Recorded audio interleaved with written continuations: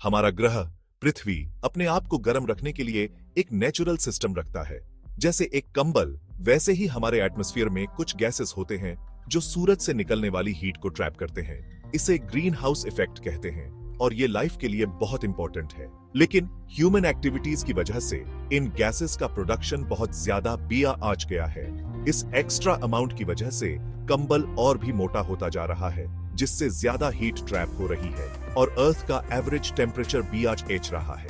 इसी को global warming कहते हैं। ग्लोबल वार्मिंग के कॉन्सिक्वेंसेस बहुत दूर तक जाने वाले और सिवियर हैं। बढ़ता हुआ टेम्परेचर ग्लेशियर्स और आइस कैप्स को अलार्मिंग रेट पर पिघला रहा है, जिसकी वजह से सी लेवल्स भी आज एच रहे हैं। वेदर पैटर्न्स और भी एक्सट्रीम होते जा रहे हैं, जिससे हीट वेव्स, ड्राउट्स, फ्लड्स और स्टॉर्म्स ज्यादा फ्रीक्वेंट और इंटेंस हो रहे हैं। ये चेंजेस हमारे इकोसिस्टम्स के बैलेंस को थ्रेटन करते हैं और हमारे प्लैनेट के फ्यूचर को रिस्क में डालते हैं।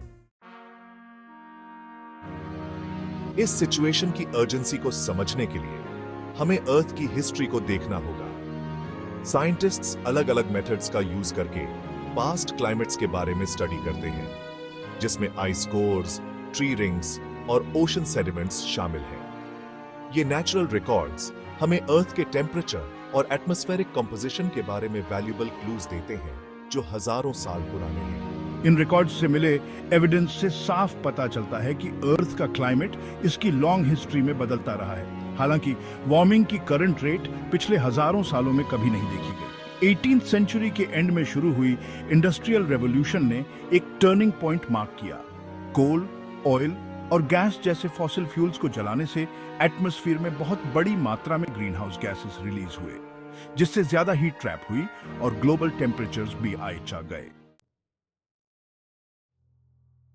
ग्लोबल वार्मिंग का एविडेंस अब अनडिनायबल है और हमारे चारों तरफ मौजूद है। पिछले कुछ डेकेड्स रिकॉर्ड पर सबसे ज्यादा गर्म रहे हैं और इसके इफेक्ट्स पूरी दुनिया में महसूस किए जा रहे हैं। ग्लेशियर्स बहुत तेजी से पिघल रहे हैं, जिससे सी लेवल्स बढ़ रहे हैं। आर्कटिक में सी आइस सिकुड़ रही है, जिससे पोलर बेयर्स और आइस पर निर्भर रहने वाले दूसरे स्पीशीज के सर्वाइवल को खतरा है।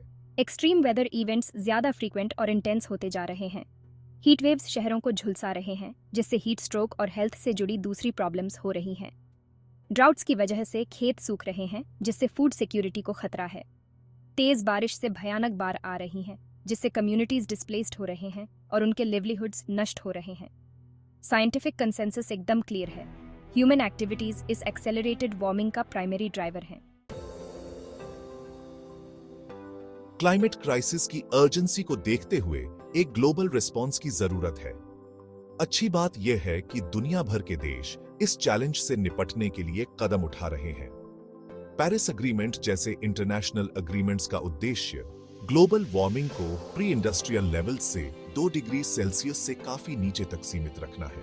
इस गोल को अचीव करने के लिए देश अलग अलग मेजर्स इंप्लीमेंट कर रहे हैं।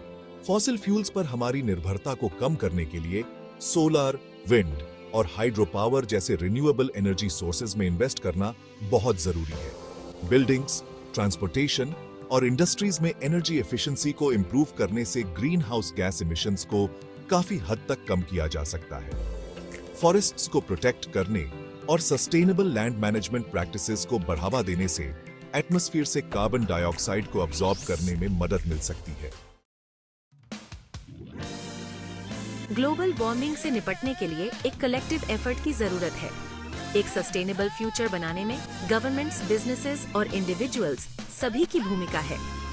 गवर्नमेंट्स को ऐसी पॉलिसीज इंप्लीमेंट करनी चाहिए जो क्लीन एनर्जी, एनर्जी एफिशिएंसी और सस्टेनेबल प्रैक्टिसेस को बढ़ावा दें।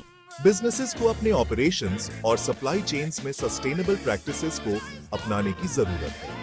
इंडिविजुअल्स भी अपने कार्बन फुटप्रिंट को कम करके फर्क ला सकते हैं, जैसे कि घर पर एनर्जी की बचत करना, पब्लिक ट्रांसपोर्टेशन का इस्तेमाल करना और सोच समझकर चीजों की खरीदारी करना। ग्लोबल वार्मिंग की वजह से आने वाली चैलेंजेस बहुत बड़ी हैं, लेकिन इनका सामना नहीं किया जा सकता, ऐसा नहीं है। इस सिचुएशन की अर्जेंसी को समझकर और साथ मिलकर काम करके हम आने वाली जनरेशंस के लिए एक बेटर फ्यूचर बना सकते हैं।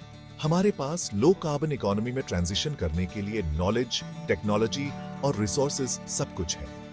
हमें बस कलेक्टिव विल और डिटर्मिनेशन की जरूरत है। हमारे प्लैनेट की हेल्थ और फ्यूचर जनरेशंस की वेल बीइंग इसी पर डिपेंड करती है।